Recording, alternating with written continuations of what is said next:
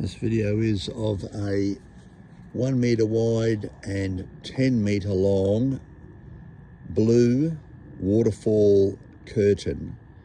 It has 7 strands, and I'm just going to wander up. So it's got an 8-function speed controller, that's on sort of medium speed. The 7 connectors have T-joiners, and they can,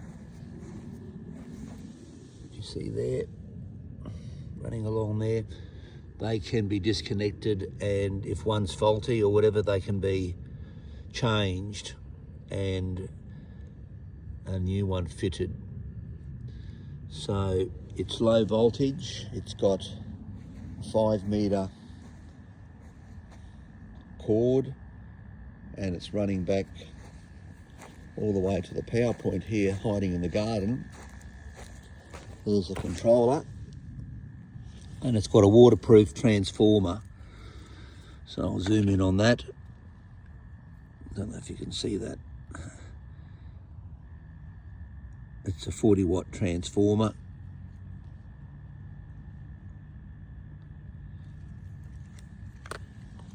So